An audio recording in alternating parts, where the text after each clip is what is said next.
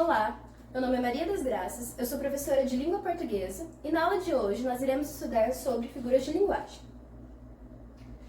Vamos lá, primeiro nós temos que ver quais são os nossos objetivos principais da aula de hoje. Nosso objetivo é que vocês consigam identificar e reconhecer uma figura de linguagem, distinguir quais são os diferentes tipos, porque nós veremos na nossa aula que há vários tipos de figuras de linguagem, então vocês vão também conseguir distinguir quais são esses tipos.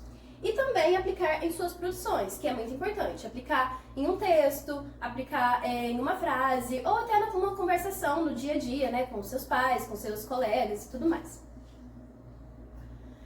Então vamos ver, o que são as figuras de linguagem? As figuras de linguagem são palavras ou expressões usadas no cotidiano do dia a dia, em um texto, em uma história, em uma tirinha, uma história em quadrinho, enfim, ela é usada em vários contextos sociais. Para quê? Para trazer maior ênfase em uma situação comunicativa. Ela deixa o texto mais rico, mais bonito, mais expressivo principalmente. Então é isso que serve as figuras de linguagem, é para isso que serve.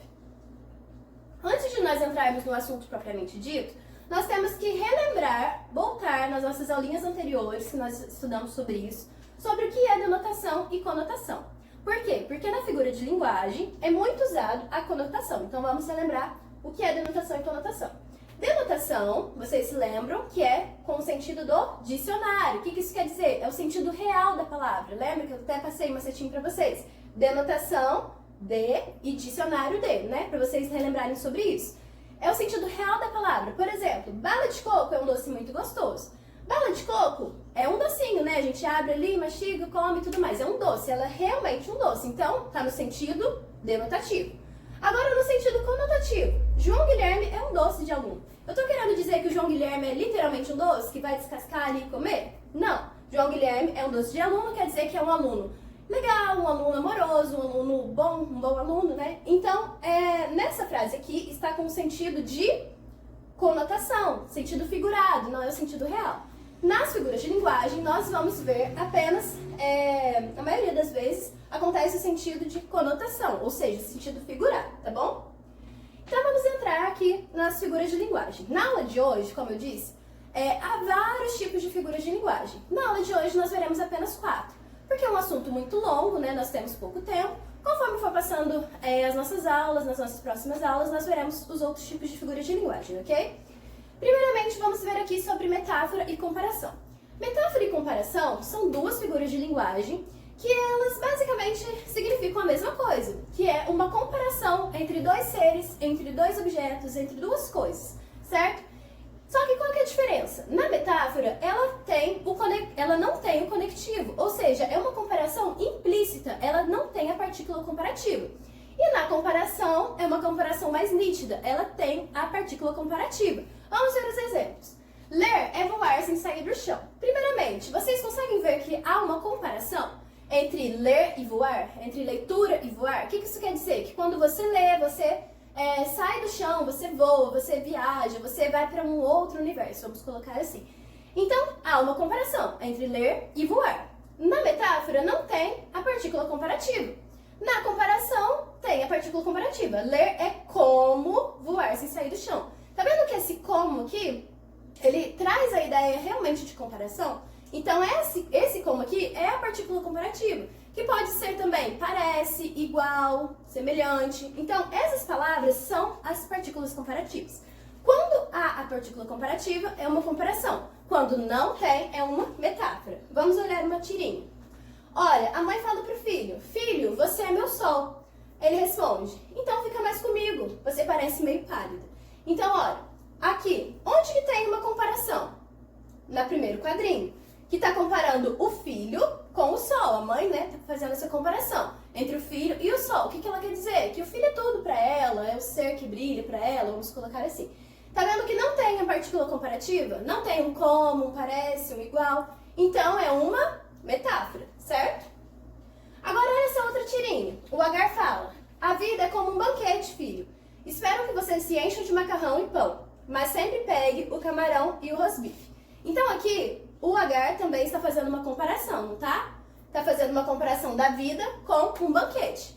É uma comparação? Sim. Tem a partícula comparativa? Sim. Então, é a figura de linguagem comparação, certo? Não é metáfora porque ela tem a partícula comparativa. Os outros dois tipos que veremos hoje de figura de linguagem, hipérbole e eufemismo.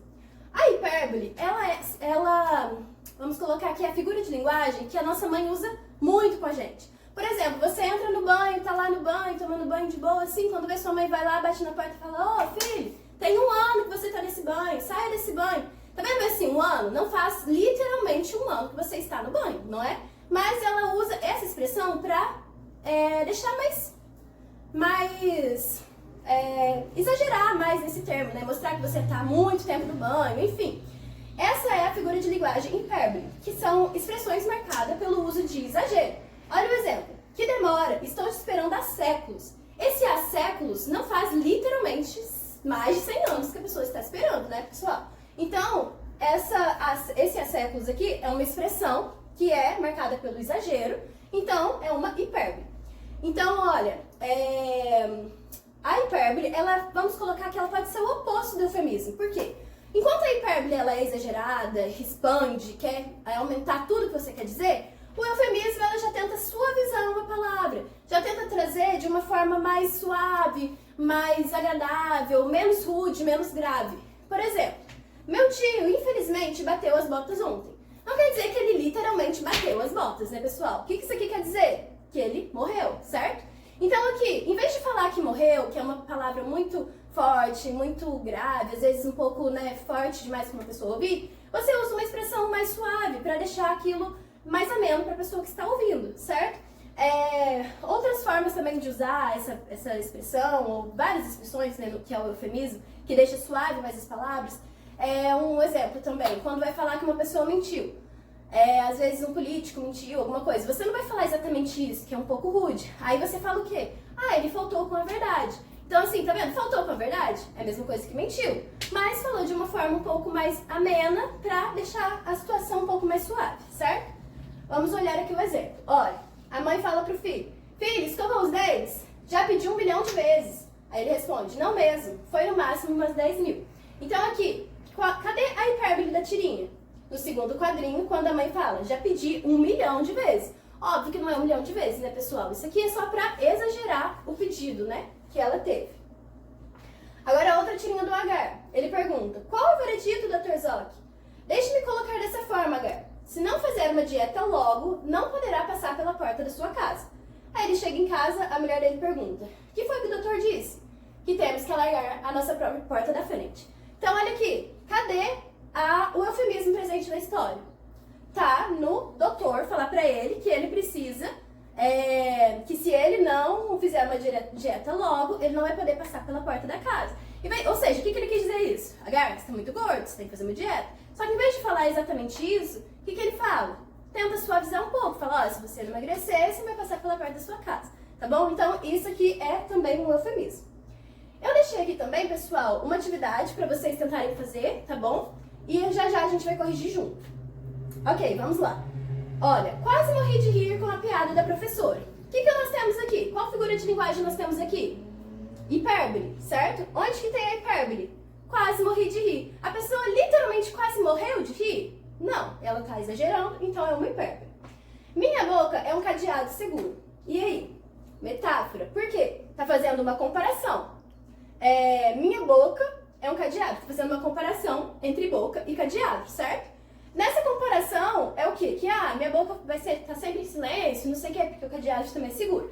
Não tem a partícula comparativa, então é uma metáfora. Na próxima, seus olhos são como jabuticaba. Também é uma comparação entre os olhos, que provavelmente são olhos escuros, né? E a jabuticaba também é escura, redondinha, enfim, é uma comparação. Tem a partícula comparativa como, então é uma comparação. Na outra frase, entregou a alma a Deus. E aí? Eufemismo. Por quê? Entregou a alma a Deus. O que isso aqui quer dizer? Que a pessoa morreu, né? Foi pro céu, enfim. Essa frase aqui, ela tá suavizando a palavra morreu. Então, é um eufemismo. Na última frase, esse motorista é uma tartaruga. É o quê? Comparação também, certo? Por quê? Tá falando que o motorista é muito devagar, né? Enfim, e a tartaruga também é devagar, tá fazendo uma comparação entre os dois. Não tem a partícula comparativa, então é uma metáfora, certo? Podem anotar certinho aí no caderno de vocês, tá bom? também essa tarefa para casa, para vocês fazerem. Que é o que é essa tarefa? Criar pelo menos 4 frases que tenham as figuras de linguagem que nós aprendemos hoje. Pelo menos 4 frases, gente. Pode ser mais do que isso, tá bom? Então, olha, vocês vão anotar no caderno de vocês essas 4 frases, tá bom? Nós vamos corrigir na próxima aula. A outra atividade é uma atividade que eu atribuí pelo Classroom, tá? Para vocês fazerem pelo Quizzes. E também a gente vai corrigir na próxima aula, tá bom? Pessoal, relembrando, metáfora. O que é a metáfora? Uma comparação implícita, que não tem a partícula comparativa. O que é comparação? Uma comparação explícita, que tem a partícula comparativa. Quais são essas partículas? Como, igual, parece. Eufemismo, suavização das palavras. Hipérbole, exagero das palavras, ok?